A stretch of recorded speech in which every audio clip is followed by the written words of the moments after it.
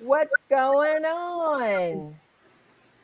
What time is it? What is today? Tuesday? Oh my goodness, it's Tuesday. What time is it? Is it like what? It's 7 o'clock? Oh my gosh. It's Tuesday at 7 o'clock. Like, what is that? What is that? Ask Alma. Oh my gosh. Let me like log in and see what's going on. Hey y'all. Hey y'all. What y'all doing? How y'all doing? Welcome to Ask Alma. And guess what? You know who Alma is? You're right. It's me. Hey! Oh my goodness. I'm so glad to see you. So glad to see you. I'm glad you're with me. I hope you've been with me before and you're back again. I hope that some of you guys are brand new viewers and are like, okay, what is this? Yay, you're going to love it. Okay, you're going to love it. And I'm going to need you to comment so I can say something back to you. Okay. I have a panel on my show. Hey, Tracy girl, how you doing? I have a panel for those of you who are watching for the first time. And I'm getting ready to bring my panel in. Okay, I can't believe my husband is texting me, what do I want for dinner? Like, I have a show on Tuesday nights. It's 7 o'clock. I can't like text you back right now. But anyway, so you guys, like, I have a variety of people on my panel this week. But for those of you who have watched before, and for those of you who are newly watching, I just want to say it's a lot of gorgeous tonight, but don't worry about it, okay? It's good. You're gonna be blinded by the beauty, but don't worry about it because these women are beautiful and smart. Okay, so we got this. Don't even worry about it. Speaking of my panel, hi Mary Lou. Come on in here, panel. Let me introduce you guys. Hey. Yes, it is a lot of gorgeous on the show tonight because we have Charity Brown. Hi, Charity. Hello, everyone. We have Rhonda Colvin. Hi, Rhonda. Hello. Hi, Dee Dee, my beautiful BFF. Hey, How are you, girl? I'm well. I'm coming to you from a remote location. Oh, okay, y'all. We need to get a little bit more info out of what's going on with Miss Dee Dee tonight. Beauty and smart in the house. You got that right, Mary Lou. Yes, Aw, it thank is. you, Miss Marie. I got a couple of things I need to share with you guys before we get started. Hi, Demi. Okay, Rhonda and Charity, y'all need to know I got 125 female cousins, and they watch every week. Yes. so, Yes. so when you hear me yelling out those names, those my cousins. I'm just saying, hey. So if y'all see somebody y'all know, feel free to say Hey, hey. Mary Lou. But I'm speaking to my cousins. Yes. The first thing is I need to do my disclaimer. This is a fun show that offers common sense advice, but none of us are professionals. So if you got a thing, I tell you every week, call somebody. Call social services if you don't want to Yes. pay, but go talk to somebody. That's cool. Hi, Miss Barbara. How you doing? Miss Beautiful. If we had her on the show, that would have been, oh my goodness. Yes. Hey, Sharon is Yes. with us Hi, tonight. Sharon. How are you? And Vosh. Hi, Hi, Vosh. Vosh. Gosh. So that was one thing, the disclaimer. Don't forget, y'all send your questions to alwaysaskalma@gmail.com. I need questions. I need questions for the show. Okay, that's how that works. And don't worry about it. If you can't get it together, that's fine. Send me one sentence. Girl, guess what? And I'm gonna answer you, and we're gonna go back and forth and Figure it figure that out. question out. So don't Right. even worry about it. Okay, that's number two. Number three, I would like to have a serious moment. I know I don't have many, but I want to have one for this moment. So, you know how, like, there are people in your life who feed into you and they encourage you to be better and to do better. And they believe in you like more than you believe in you. That describes my producer who always wants to remain anonymous. D, right? D. Yes. He He's looks at the you like Charlie's Angels guy, where he yeah, looks at you with one eye. exactly. He's like the Charlie's Angels guy. Yeah. But he had a birthday this weekend, and I just want to shout out happy birthday. Will you guys say happy birthday to Happy our Yeah. producer? Happy birthday. birthday! Happy birthday. You know who you are. So We hope he thank got a you. lot of electronic and actual cake. We do. He is Yes. really one of the best and one of the smartest, Yes. damn near genius people you will ever meet in your life. So thank you for everything. I appreciate you more than you know. So, okay. That was number three, right? I said I had three things. Yeah, One, that was three. two, three. Three. Okay, we good. That was three.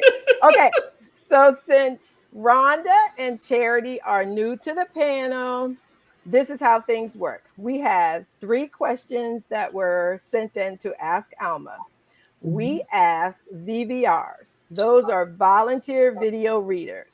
So those aren't the people who are asking the question because we like to keep those people anonymous. Like I know some people like to read their own questions and people offer to read their own questions, but we ain't trying to do all that in your family. That's all right. We like to keep it anonymous Mm-hmm. because we want to be honest about our answers. So we ask VVRs, video volunteer video readers, to read the questions for us, and then I do a recap, and then we answer them and offer them fantastic advice, which you guys, uh, we offer advice to each other all the time, don't Time. we? Right? We absolutely do. So that's why I know things will be fantastic Mary Lou tonight. sends a very nice happy birthday, Charlie, from me and all of your angels.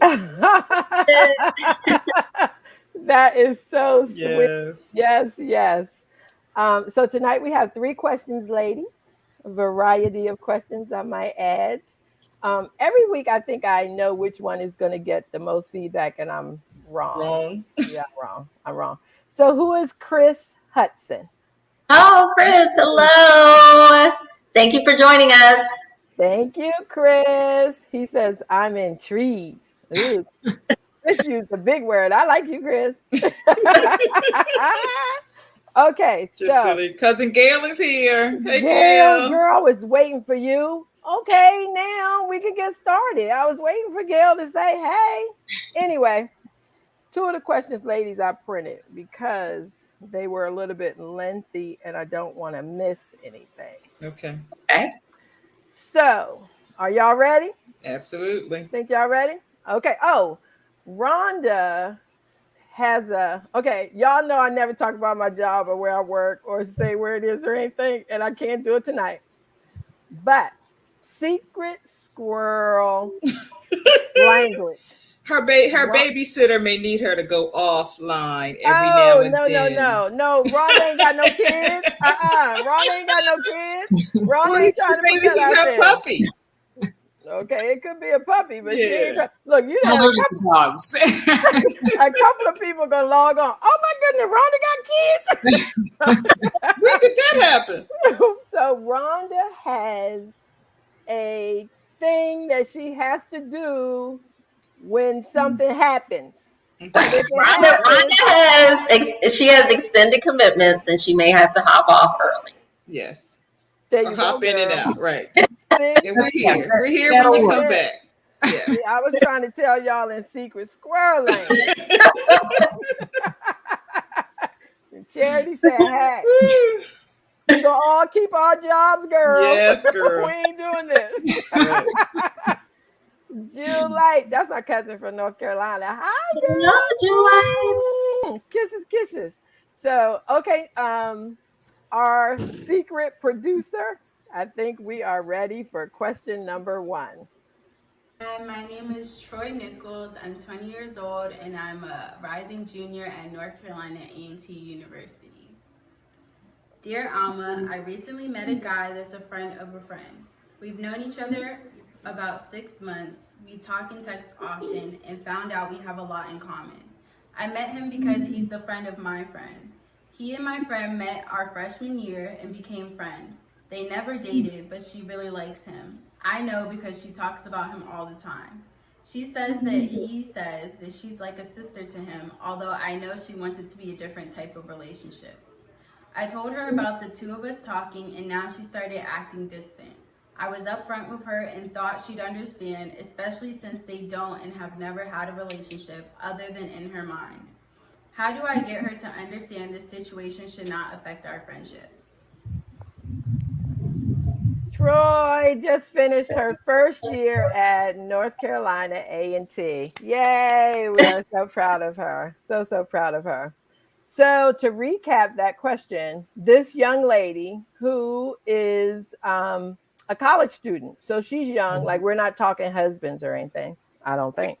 They have a mutual friend, and one of them likes the mutual friend, but the mutual friend likes the other one.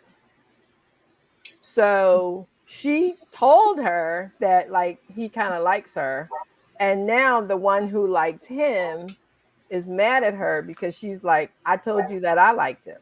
So these are two young women, and one is saying, hey, it was nothing going on with the two of you. He said you're like a sister to him. Why are you mad at me? Because I am now talking to him and hanging out with him and building a friendship with him. Hi, Ernie. So is it okay when you know that you know that you know there's nothing going on between your friend and a guy? Is it okay for you to date that guy if you like him? Share it. No. Oh. I'm sorry. Go ahead, Go ahead, Charity. Dee. No, it's fine. Why don't you kick it off and then I'll chime in. I say no. I think if they had met independently, it would be a different situation. But she introduced them, and she already knew. She knew from the gate that this woman liked him, even if it was in her mind. Yeah. So so he's off limits to me. I mean, I know that we said, well, we're young, and no, he's off limits to me. I would say no. You cannot date him, and he's the outside factor. He has no reason to care one way or the other because he's not interested in her friend. But no.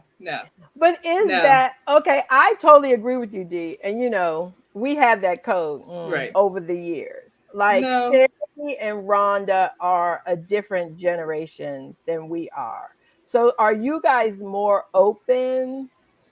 Javon, that's my goddaughter. She's young too. So she said, no, that's are you guys more open to, not like claiming or putting your claim on somebody that, isn't interested in you?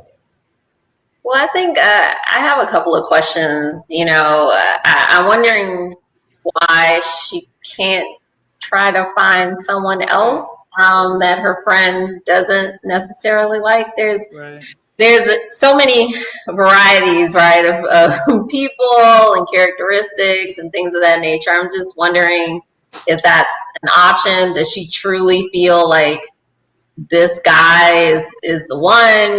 Is there some sort of level of detail that I'm missing in terms of her current relationship with the guy?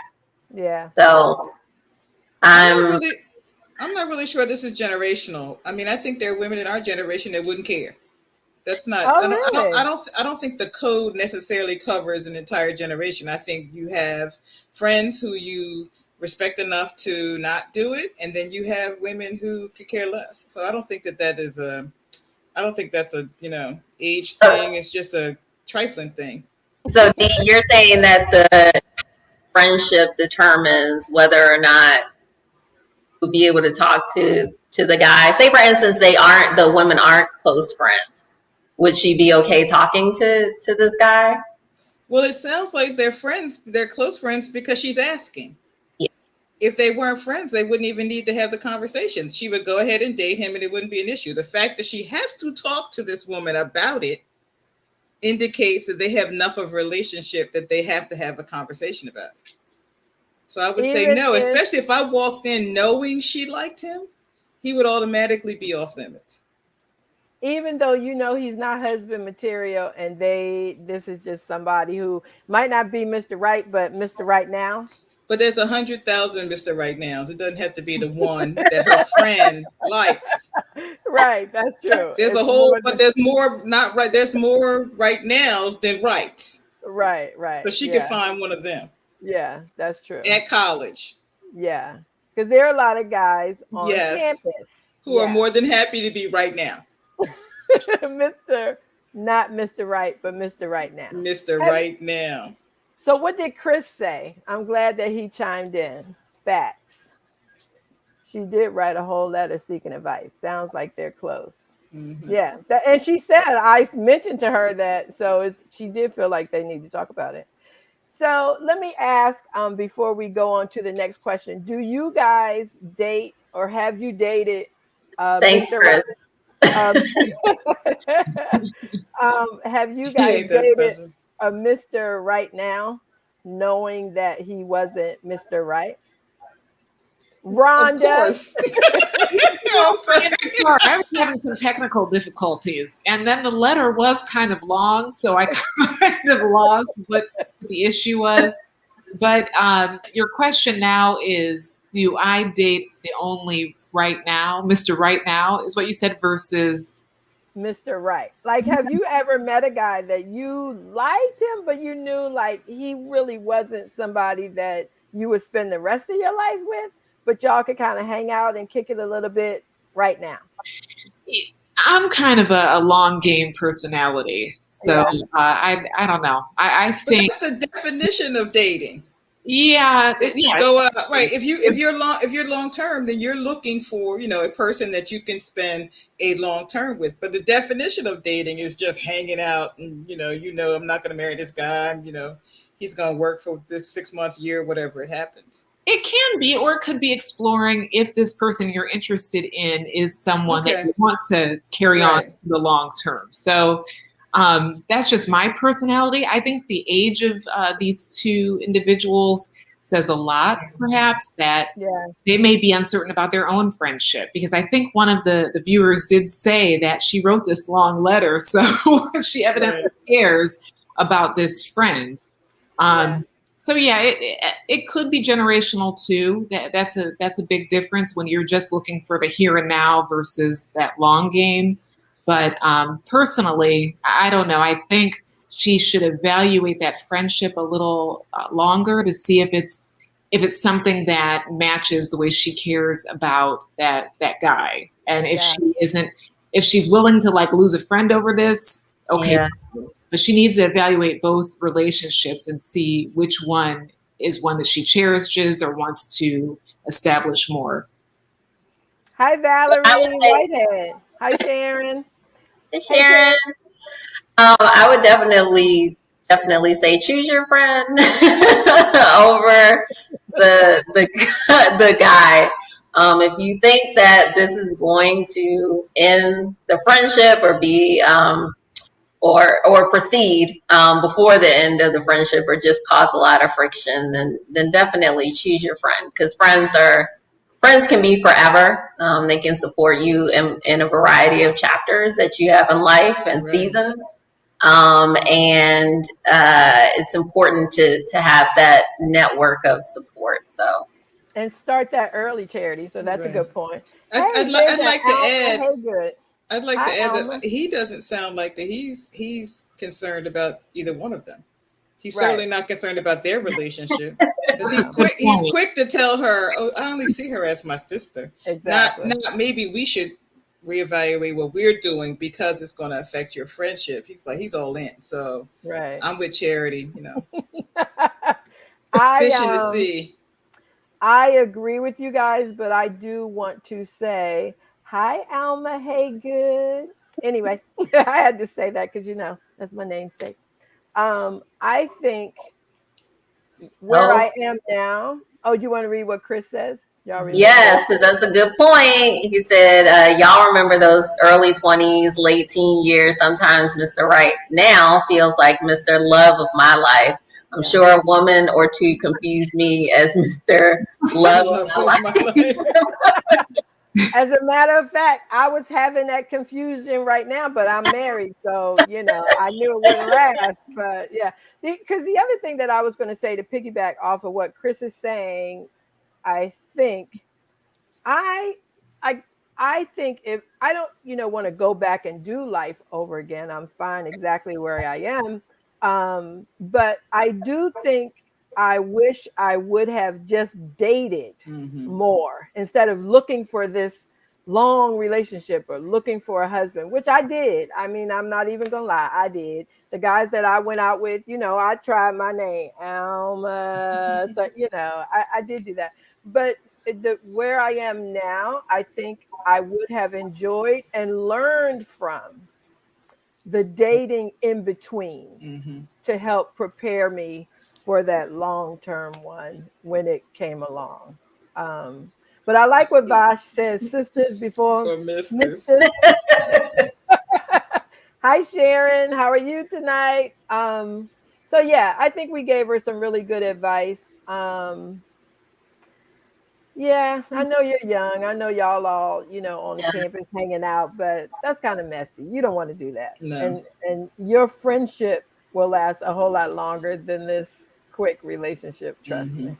me. He has more than enough to keep him busy. I'm sure. I am sure Right. On a about that. college campus. Yeah, girl, don't worry about it. Um, okay, thank y'all. And it looks like we are ready for question number 2.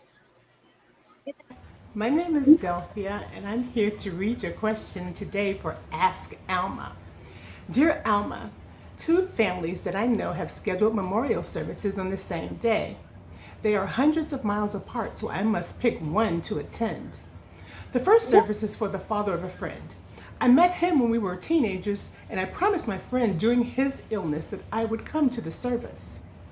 But someone my age, who was a lifelong friend, died last year.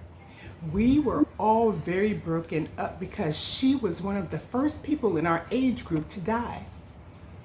I got the invite immediately and thought, of course I'll be there. Then I remembered my promise to my friend.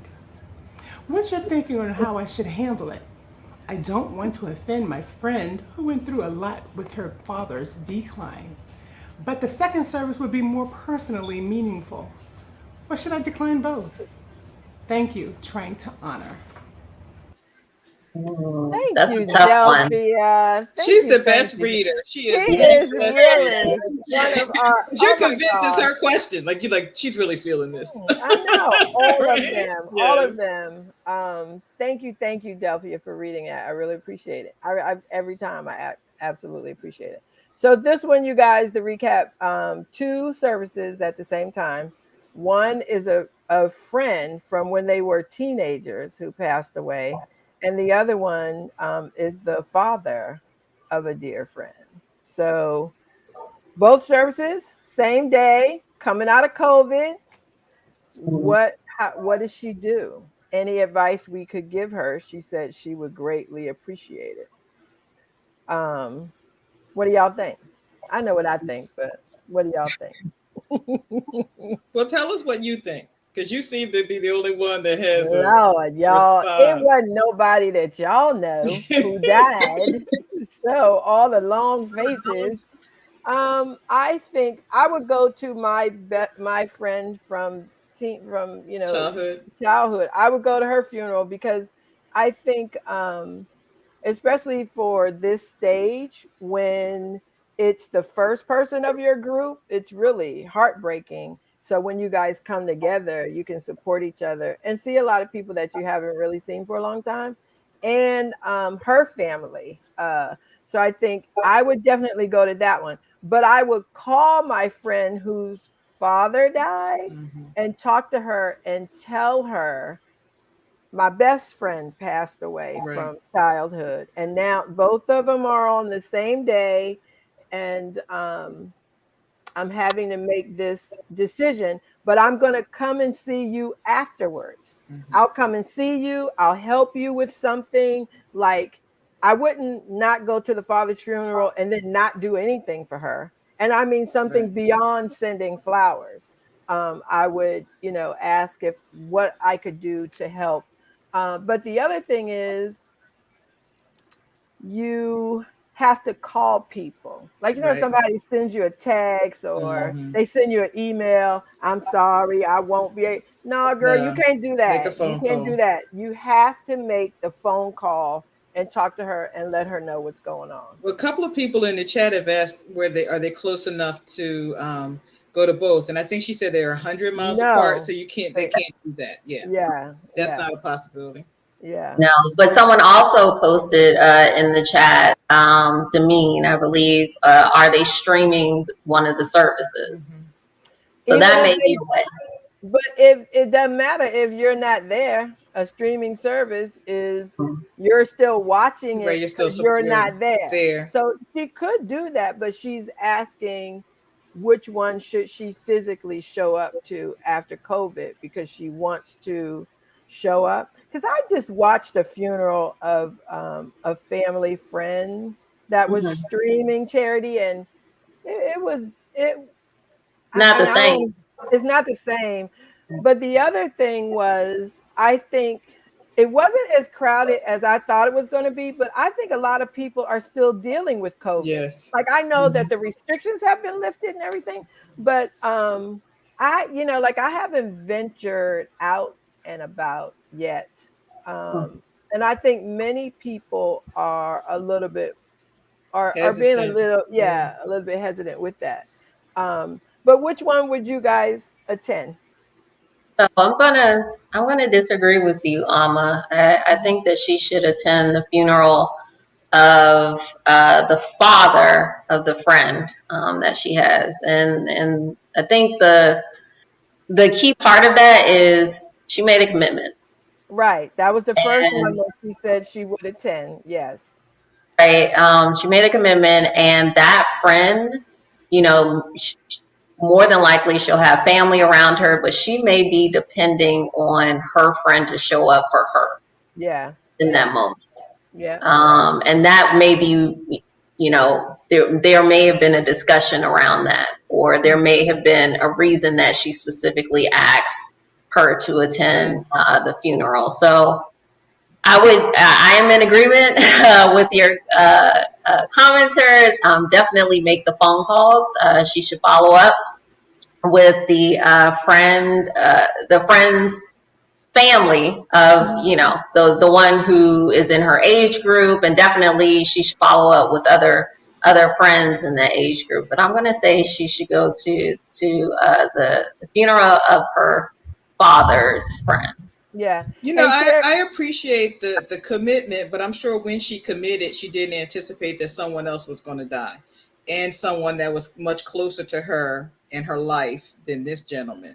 So I think I would go to the friends, the childhood friends service, and then commit to visit the other woman, because we all know that in the moment, there's so many people around while you're grieving, and then a month from now is when you're sitting home alone, trying to deal with it. So I think I would go to the family, the childhood friends, and then commit to going to visit the woman whose father died after, maybe a little later, and spend some time with her, because all of it is difficult. But she didn't commit thinking, oh well, one of my childhood friends is going to go.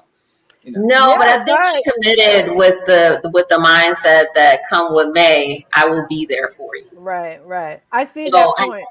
I definitely think yes.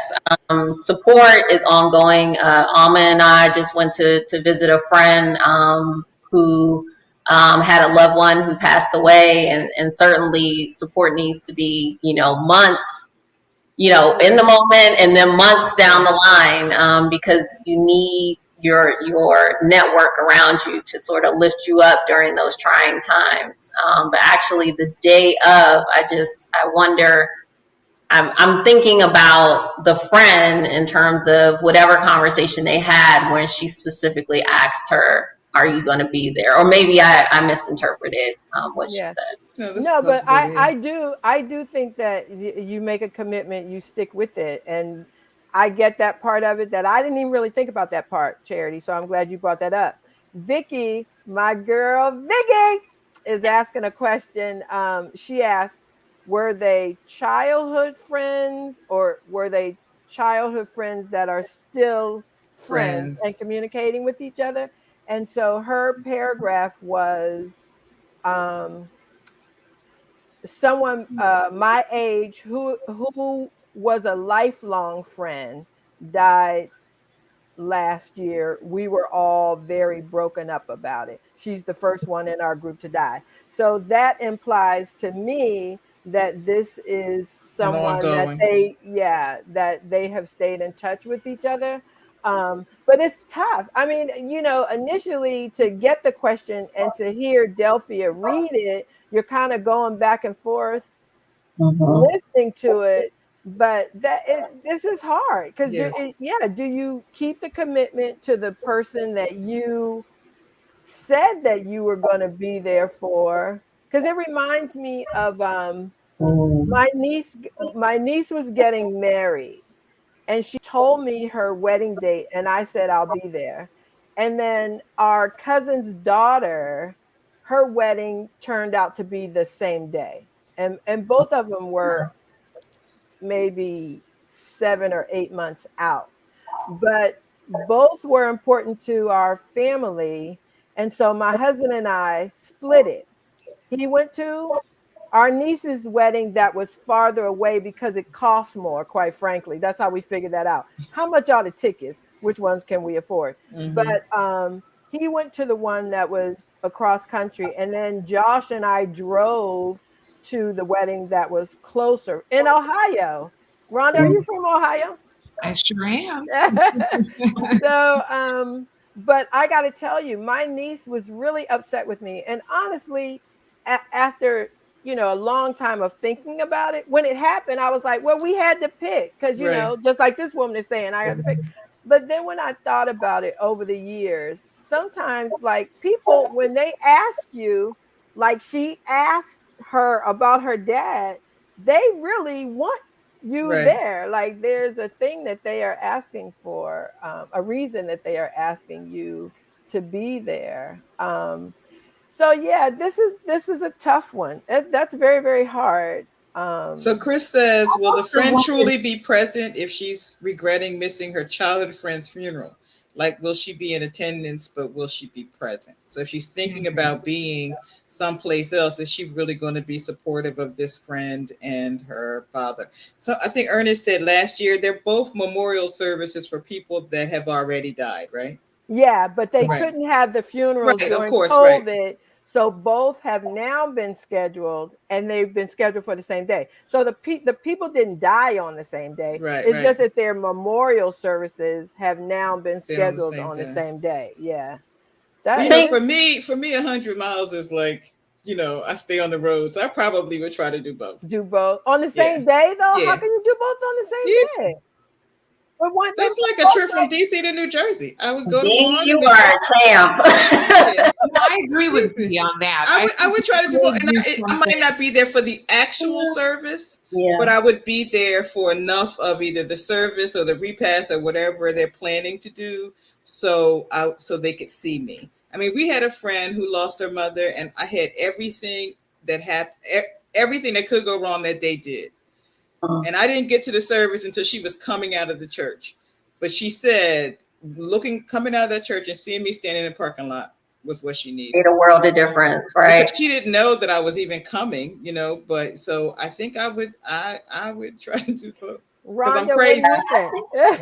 Yeah, I agree with that. I think it would be a long day, and I'm also not sure, you know, how old the writer is, and what she might even have health limitations where she doesn't want to be in a car all day. But if she's able to, it's kind of one of those situations where you just have to say, "This is going to be a long day, but I want to be there for both Right. families and my friend." And most people can understand, though, if you can't make it. These are things that happen all the time to people.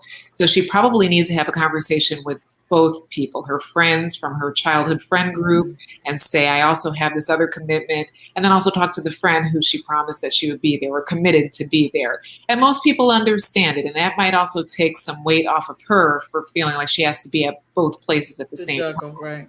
But if she can figure out a way to do both either be there in the morning with her friend for the father's funeral, or be at her house, take her breakfast, do something to be supportive that day, and then drive to the other service. It would be a long day, but that might help out a little bit.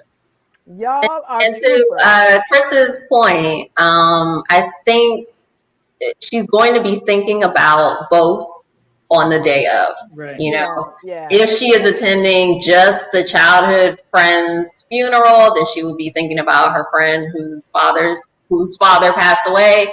If she attends the funeral of the father, she's going to be thinking about her childhood friend. So it's a really tough decision. I wouldn't be able to do both, but I think that's admirable for you guys to suggest that. I'm in a phase now. I got to pick one. Right. I used to be able to do 2 parties. Not anymore. Well, you know, now that you mention it, I'm thinking that maybe what Charity said, maybe we do the fathers first, the father of the friends first, and then go to the childhood one, but then stay. You know, perhaps hang out. Be there for a longer time if you can, because we know that the childhood friend's going to have a circle of people around her.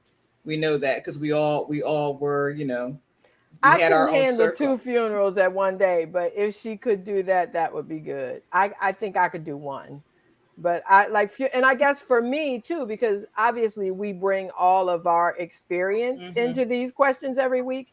And for me, everybody in my family, my immediate family, my mother, my father, my sister have passed away. So funerals are here. Oh my gosh, I'm standing. D knows. Yeah. I'm standing at the back door with 1 foot going, do I really have to go in here? Because I just don't I think that there's a very different tone for it. And this is just for me, a different tone between funerals and memorial services.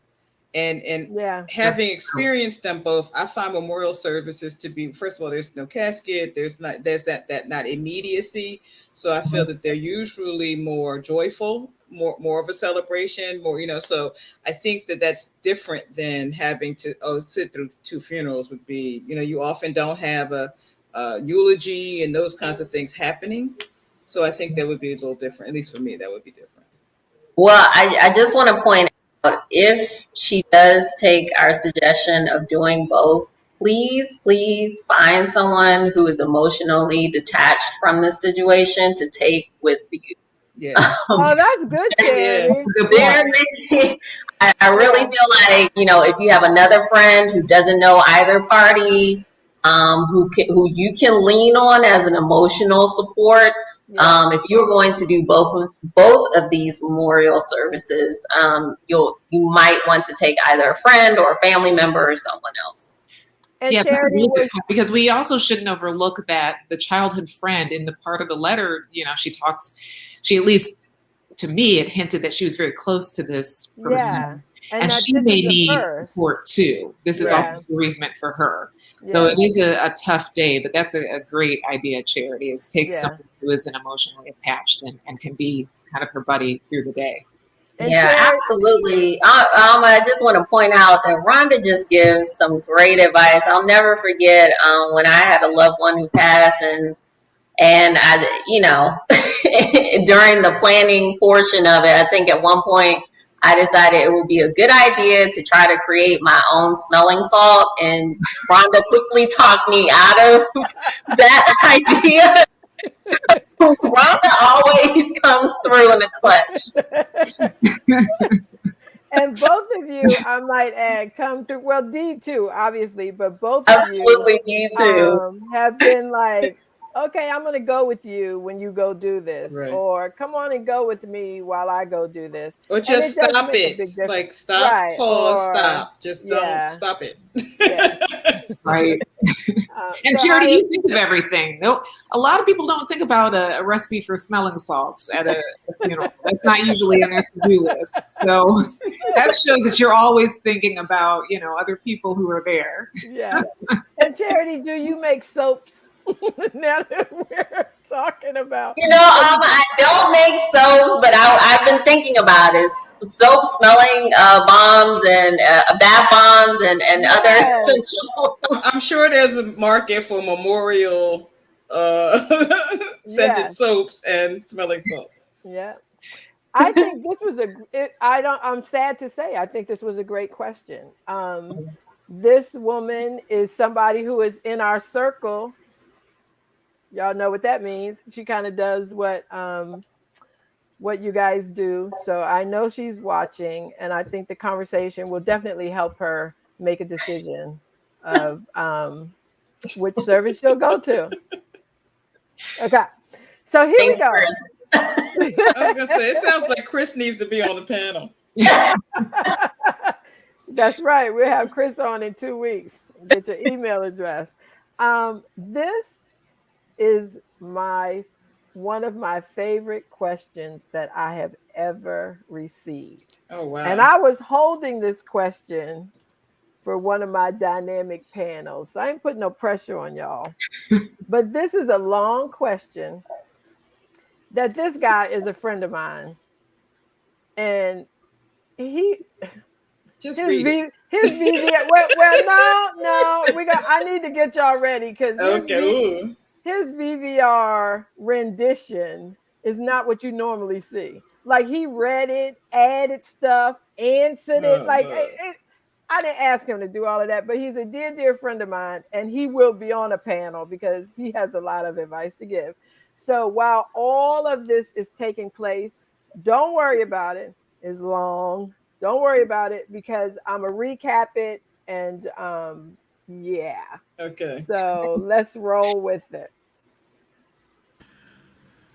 Hello, my name is Bernard McCargo, and I'm your VVR for the evening on the Ask Alma show.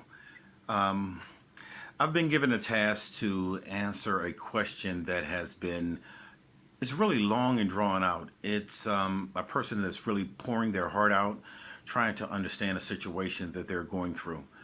So let me read the question to you first before I get to the answer on how I feel about it. It says, "Dear Alma, I am an avid watcher of the show and have not missed an episode. So I am hoping that you and your panel can help me with some advice. I am a twice married father of two adults, my daughter from my first marriage and my stepson from my current marriage. My daughter has young children. Almost 2 years ago, my daughter reached out to me to ask for advice. She was considering having her mother move in with her. Even though we have a daughter together, my first wife and I were only together for a relatively short time. When it became clear that our marriage would not work, we agreed that it would be best to separate while our daughter was still very young in order to minimize the potential drama for her. I have made a commitment to refrain from saying anything negative about my wife to my daughter, who is now in her late 30s. However, I also told her that I would always be honest with her if she asked me a question or for my opinion. I told her that I thought moving her mother into the home was a bad idea. She said that she felt a sense of obligation to do it as the only child. Shortly after the move, her mother health deteriorated rapidly.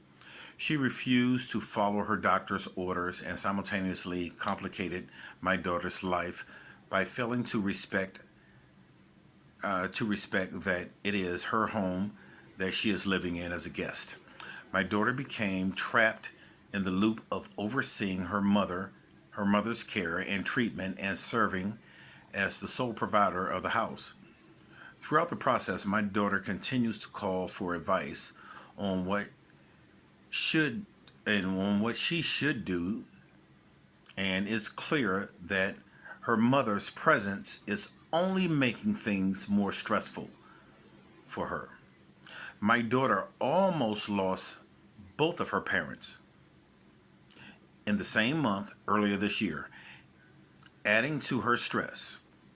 While my health situation was sudden and has since improved, her mother's has only worsened, and At this point, it can now only be stabilized, but not improved. While I want to be there for my daughter, I've always tried to have as little to do with her mother as possible, since she was a teenager and have no emotional connection to her. Ultimately, I feel that if I do not step into the situation, she will continue to be burdensome and emotionally abusive to our daughter, who feels guilty about wanting her mother out of the house. I told her to prepare a list of rules for her mother and a timely and a timeline to meet them with the ultimatum that she will have to leave if she cannot abide by these rules in her house. But she says that if she makes her mother leave and something happens afterwards, she will never forgive herself. My friends say that I need to step in, but family and others that know all parties feel that my daughter should be the one to make and enforce the decision. Alma, what should I do? Okay, I think this question is one of my favorites because I think men will have one suggestion and women will have another. I could be wrong, but that's what I think about this. Mm-hmm. So the recap is there's a young woman, late 30s, with two young children. She's a single mom. Her mother is ill, so she has moved her mother into her house. But her mother is verbally abusive and not sort of making things easy for her. So much so that it is driving her crazy. Mm-hmm. So I know, Mary Lou, this I know, question I needs was a whole gonna hour. say. I know, right? We only gonna get started on it tonight because I'm Okay. definitely replaying it next week. So she feels totally guilty that she can't care for her mother, not because she can't do it, but because her mother makes it so difficult for Difficult. her. Um, and so she's asking her dad, what should she do? Her dad says, do a list. Say you need to abide by this. If you can't, you're out. Like, we're gonna take you to phase 2, but you can't stay here. She's saying, oh my gosh, if that happens and my mom leaves and my mom dies, then I will feel guilty. Um, so what should I do? So basically, here's the question this week, because we're gonna peel the layers back and talk about Mm-hmm. it for 2 weeks because it is really powerful, I think. The Are you responsible for your mama? If I thought Yeah, and that said nursing home. Annette, I'm right there with you. Are you responsible for your mother when her health starts to decline? Period. Like that's what I want y'all to talk about. Are you responsible for your mother when and if her health starts to decline? Are we all responsible? I think generally daughters are. I didn't hear you, Charity. Say that again. I said I think generally daughters are responsible for their mothers as they begin to age. Now, something that I also thought that I heard, but I just want to confirm with you: she is the only child of her Yes. mother, correct? Mhm. Yes. Yes. Okay. Jackie says, are you responsible? No. But should you be? Yes. Well, we had a I, similar question where the sons expected the daughter to take care of the mother, and they sort of removed themselves from the responsibility. I think every child is, as a team, no matter how, if you have 8 kids, you have 4 kids, should step in and support parents as as they need it. I don't think it should be the responsibility. I think culturally that becomes the norm, but I think it's also the responsibility of the parent not to be abusive and mistreat your child, especially if they are trying to help you at the end of your life. So, I mean, Now, And just to be clear, I don't think that it's right, but generally daughters are they take on the caregiver. right, burden right. of the case. Mm-hmm. Thank you, Charity. I was thinking about that. I'm like, Charity? Oh no, I We think we always were agree, agreeing, but right.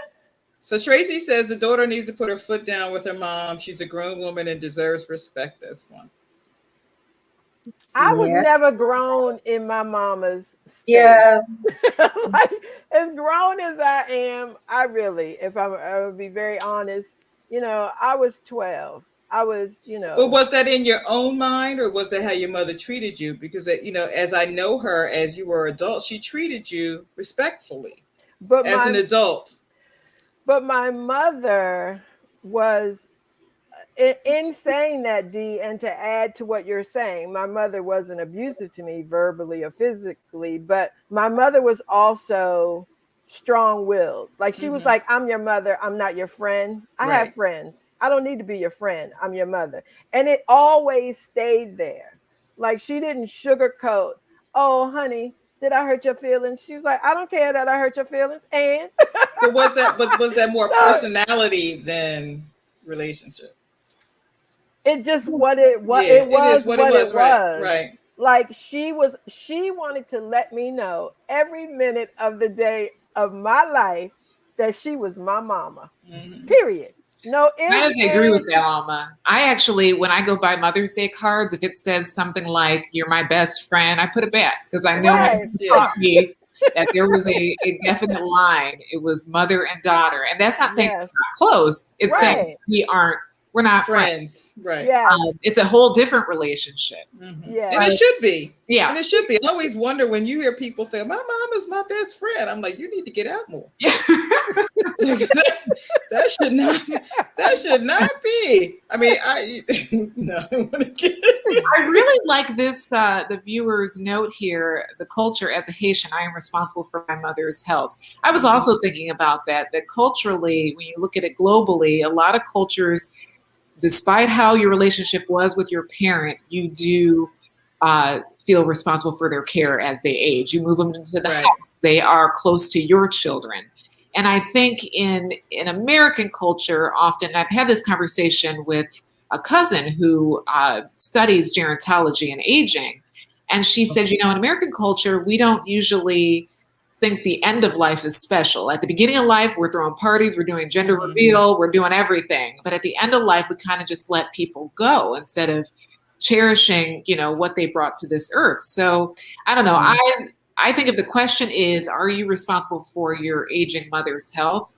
Just that question alone, not taking into any other things into account with that letter, I'm on the side of yes. I do think we need to care for our aging parents. And even if they did not treat us in the ways that were right or healthy, I think it's all a part of the cycle of life. And we would want our children, in our last days to turn around and do the same for us. But how do you do that when the person is just verbally abusive to you?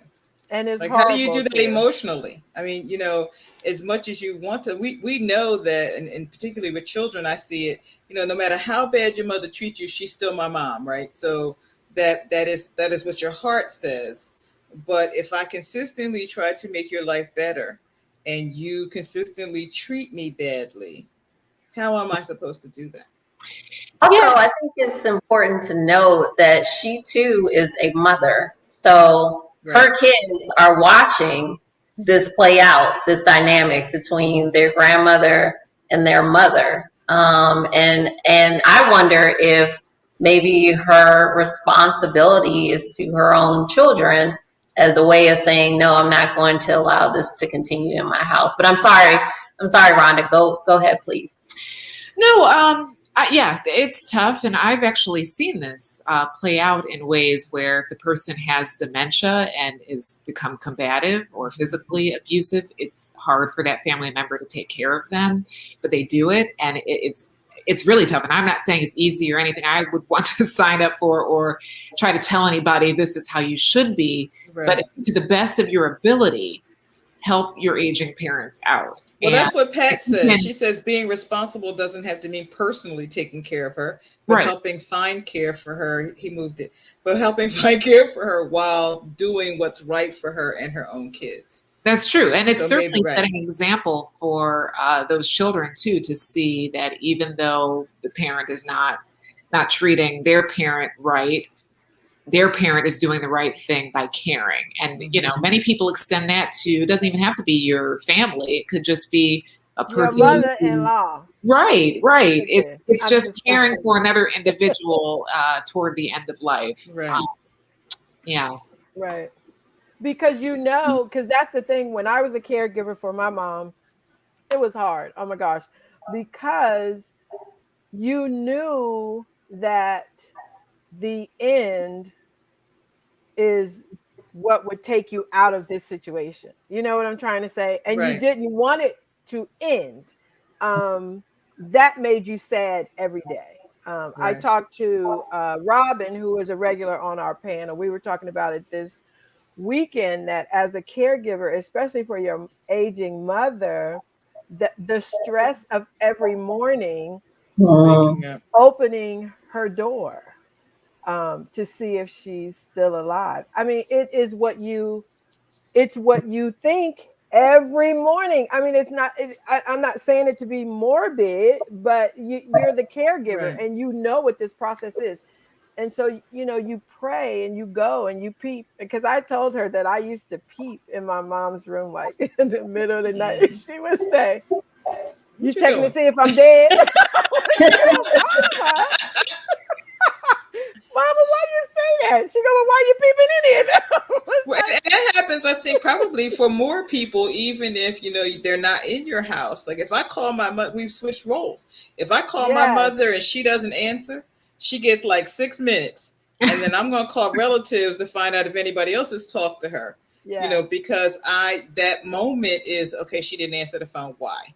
Right. And that's the longest, usually 30 seconds that you exist. So if they're in your home, I would imagine it would be even worse. Yeah. Right. And also she may be verbally abusive and or combative because she's scared of her health, right? Yeah, she's scared of her health. She's scared of the end, of her life's journey. There could be a variety of reasons that she's, expressing herself in the way that she's expressing herself. Right. Yeah. I think, it's something how all of us are saying something different, but it's the same. We're all saying we are all responsible for our mother. Isn't that something that you've got 4 women who are saying, like, yeah, maybe I can get somebody to help, and well, I need to try to, but the bottom line at the core, Yes. we all feel like we are responsible for our mother. When they were when he was reading the letter, my initial thought was bring in a nurse. Like, bring in someone that can care for her, at least during the day. Yeah.